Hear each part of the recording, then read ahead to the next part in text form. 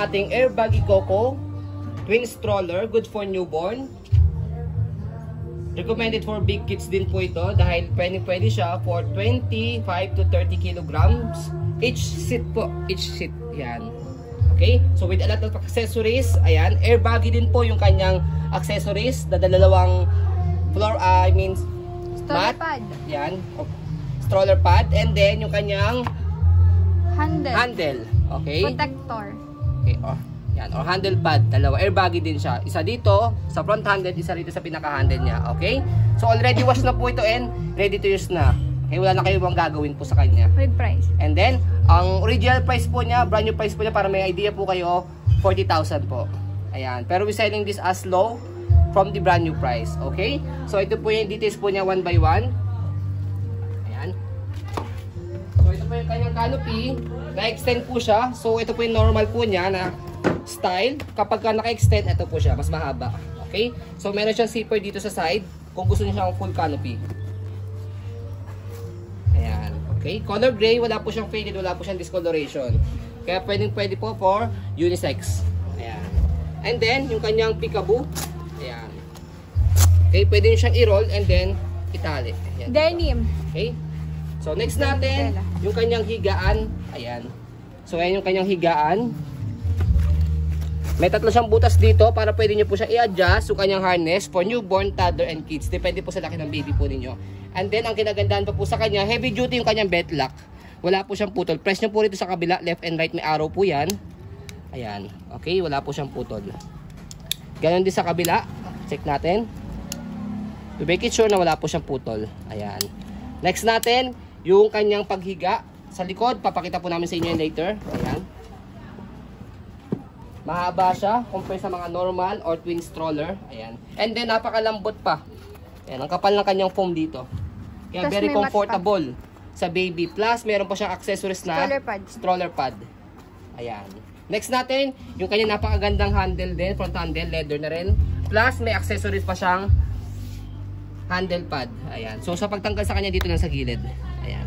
Okay? Ganun din sa kabila. And then next, footrest, tapakan po ng paa. Ayan. Andyan din yung logo niya, airbaggy. And then yung kanyang napakagandang gulong.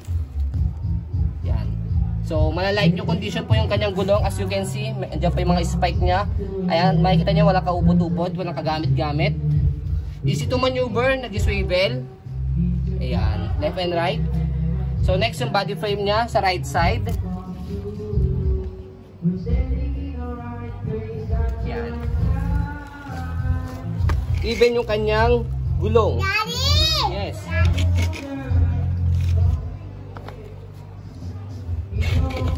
Yan. So, gulong niya, napakaganda na sa likod. So, wala po siyang butas. Ayan. Okay. May pin na rin po yan. Sa likod naman. Opo. Yan. So, unahin natin yung kanyang gulong sa kabilang side. Okay na okay din. Wala siyang butas. May pin din po yan. And then, stopper. So, isang baba lang po dito. Naka-stop na po yan. So, ito stand po niya kapag pinold natin. Kapag gagamitin po ninyo, pwede siyang set aside lang muna. Pero kapag i-fold, sa kanya po siya ibababa. Okay? Naka-spring na po yan. Ayan.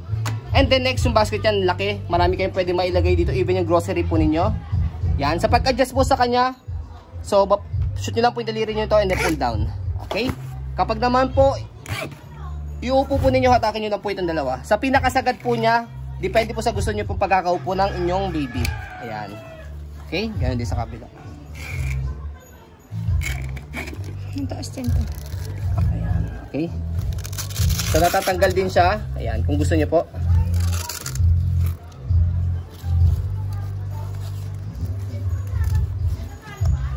Ayan. And then, yung kanyang handle, leather na rin. Napakaganda ng handle nito. Ayan. Again, may accessories din po dito, ha. And then, yung kanyang kabilang side, pati yung gulong niya. Left side.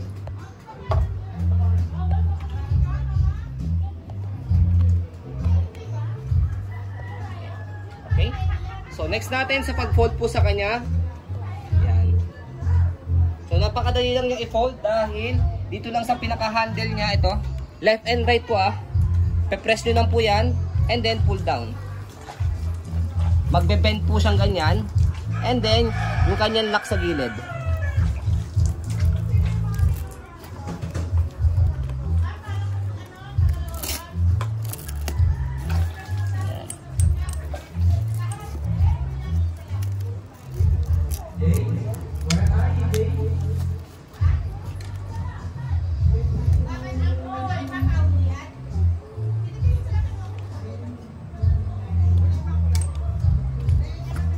Wait.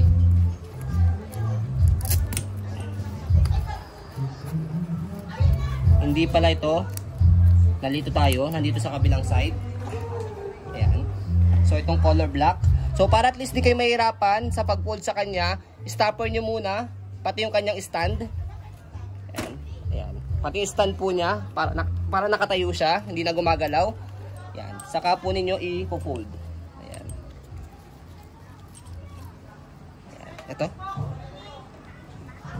And then, compress nyo lang po siya para compact po yung kanyang pagkaka-fold. Ayan. So, ganyan po siya kapag naka-fold. Ayan, natanggal. Medyo hindi siya dumikit.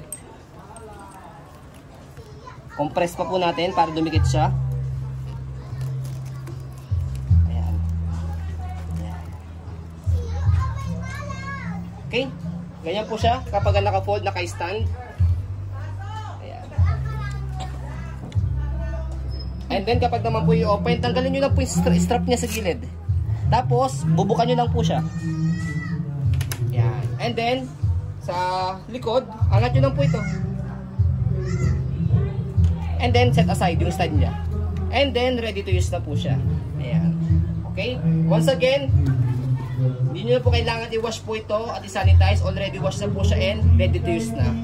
So, yun po as you can see, very details po kami. Sa yun po pag-video kasi amin shop policy, no refund, no exchange, what you see is what you get. So yun po, maraming salamat. Have a nice day and God bless po.